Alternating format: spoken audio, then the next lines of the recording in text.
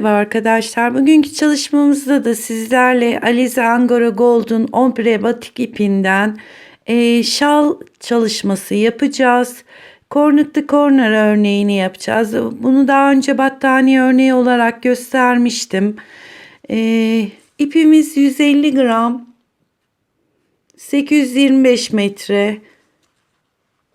Hatta şurada renk numarasını da şöyle göstereyim.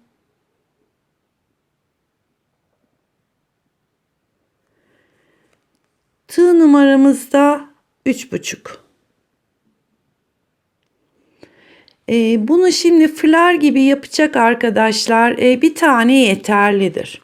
Ama şal yapacaksanız 2 tane ip yani 1,5 yumak kullanılacaktır. Önce şöyle içinden başlıyorum. İkinci yumağa geçenler koyu renkle bittiği için diğer ipi koyu renkle başlayacaklar. Yani dıştan içe doğru gidecekler. Şimdi örneğimizin yapımına geçelim.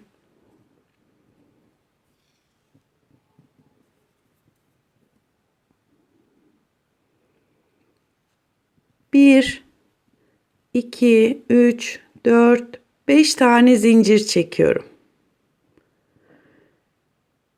Hemen ilk zincirin içine girdim. Şöyle uzatarak ikili trabzan yapıyorum. 1, 2 tane oldu. Tekrar aynı noktaya giriyorum.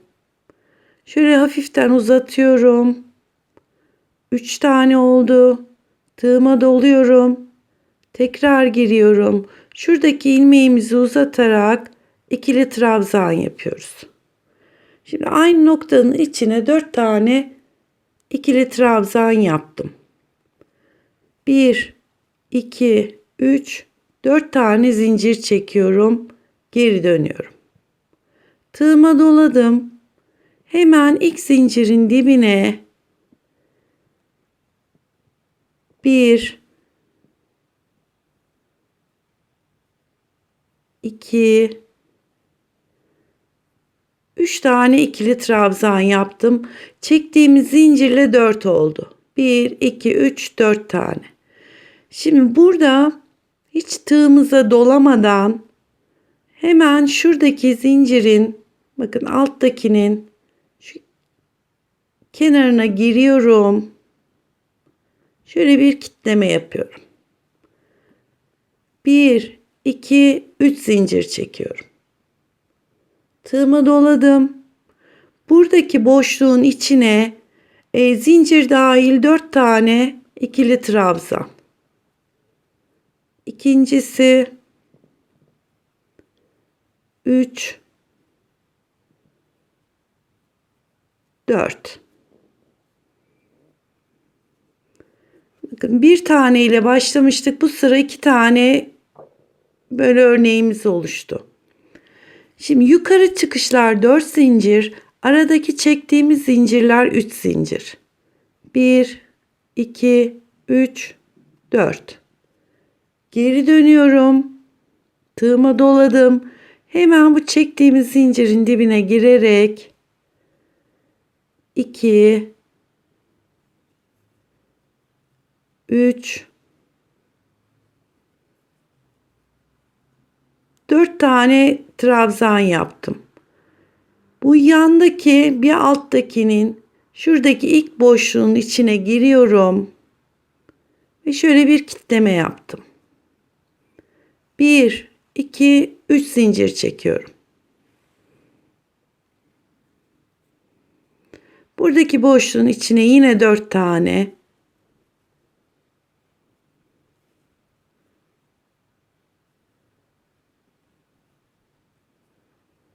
Dört tane trabzanım oluştu. Bir alttaki modelin en sondaki şuradaki boşluğun içine giriyorum ve şöyle bir kitleme yapıyorum. 1, 2, 3 tane zincir çektim. Ve buradaki boşluğun içine yine 4 tane 2, 3, 4. Bakın ilk sırada 1'di. Daha sonra 2. Şimdi 3 oldu. 4 olacak, 5 olacak, 6 olacak. Bu şekilde şalımızın ebatını istediğimiz kadar büyüteceğiz. Kenara geldim. 1, 2, 3, 4 zincir çekiyorum. Geri döndüm. Tığıma doluyorum. Hemen çektiğimiz zincirin dibine batarak 2, 3, 4 tane aynı yere trabzan yaptım. Yani zincirle beraber 4 oldu. Şimdi bir alttakinin son boşluğunun içine giriyorum, kilitliyorum. 1, 2, 3 zincir çektim. Yine aynı boşluğun içine ikinci trabzanım, 3, 4. Bir alttakinin yine en sondakinin içine girdim, kilitliyorum. Aralardaki zincirlerimiz 3, sadece yukarı çıkış zincirlerimiz 4. Yine buraya 4 tane trabzan, bir alttakinin en sondakinin boşluğuna giriyorum ve kilitlememi yapıyorum. 1, 2, 3 zincir çekiyorum. Önce buradaki boşluğun içine 4 tane.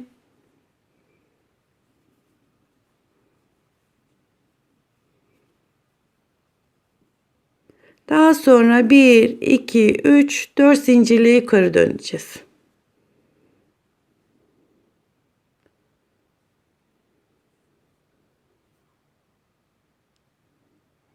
Bir, iki, üç, 4 oldu.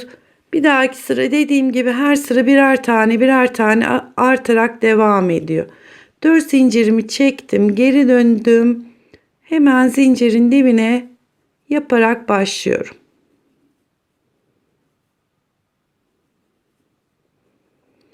4 trabzan, bir alttakinin son trabzanı boşluğuna girip kilitliyorum. 3 zincir, zincir dahil 4 tane trabzanımız olacak. Yani 3 tane daha ikili trabzan yapıyorum. Bir sonrakinin boşluğuna girip önce kilitliyorum. Dediğim gibi yukarı çıkışlar 3 zincir. Aralarda yukarı çıkışlar 3 zincir. Sıramız bitince diğer sıraya 4 zincirle çıkıyoruz. Eli çok sıkı olanlar 5 zincir de çekebilir. Yani bu kenarların gergin olmaması lazım.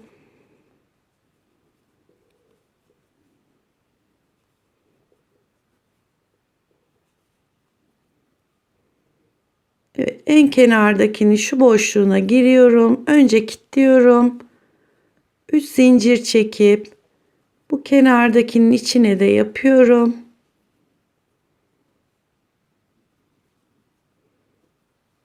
Ve sıramız bitti.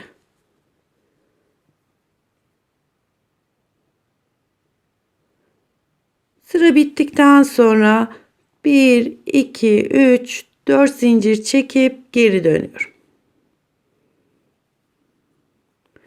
Örneğimiz bu şekilde devam ediyor arkadaşlar. Her kenara geldiğimizde böyle 4 zincirle bir tane fazladan yapıp hemen alttakinin son boşluğuna giriyorum trabzanın. 3 zincirle yukarı çıkıyorum. Şu sırayı da beraber yapalım hızlıca. Daha net belli olacaktır.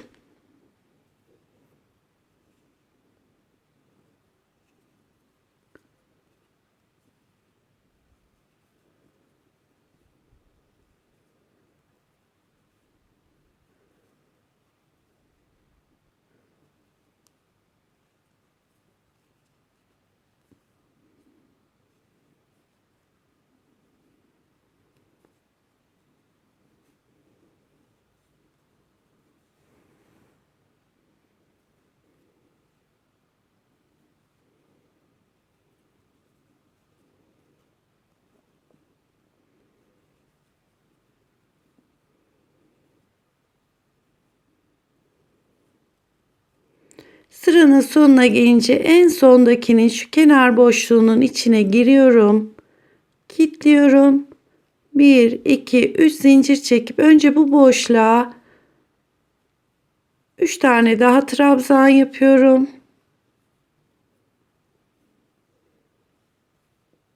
Ve sıramız bitmiş oldu.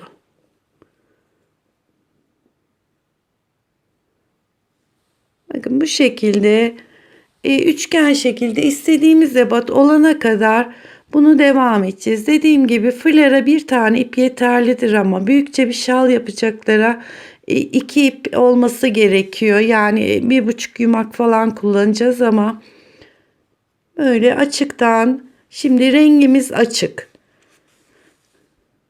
Koyuya doğru gidiyoruz. İkinci yumağa geçtiğimizde de koyu renkten başlayarak içe doğru gideceğiz. Büyük bir ihtimalle şuralar kullanmayacağız. Zaten 1,5 yumak yeterli olacaktır. Şimdi örneğimize bu şekilde devam edelim.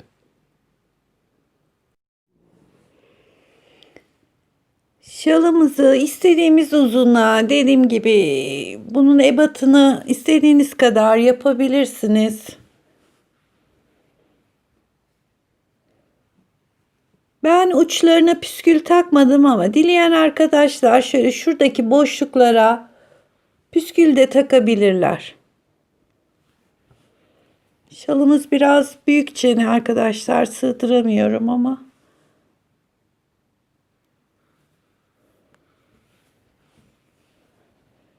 Şimdi şurası ilk başladığımız yer. Ben buradan kaç santim boyunca ördüğümü size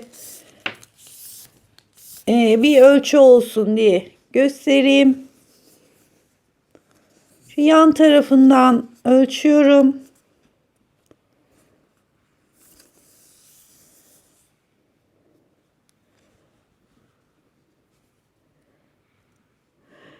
...125 santim olana kadar ördüm. Toplamda 1,5 yumak kullandım. Dediğim gibi yani bayağı büyükçe bir şal oldu. İsteyen arkadaşlar biraz daha uzatabilir, püskül takabilir, oya yapabilir kenarına. Şalımız bu şekilde. Yapacak arkadaşlara şimdiden kolaylıklar diliyorum.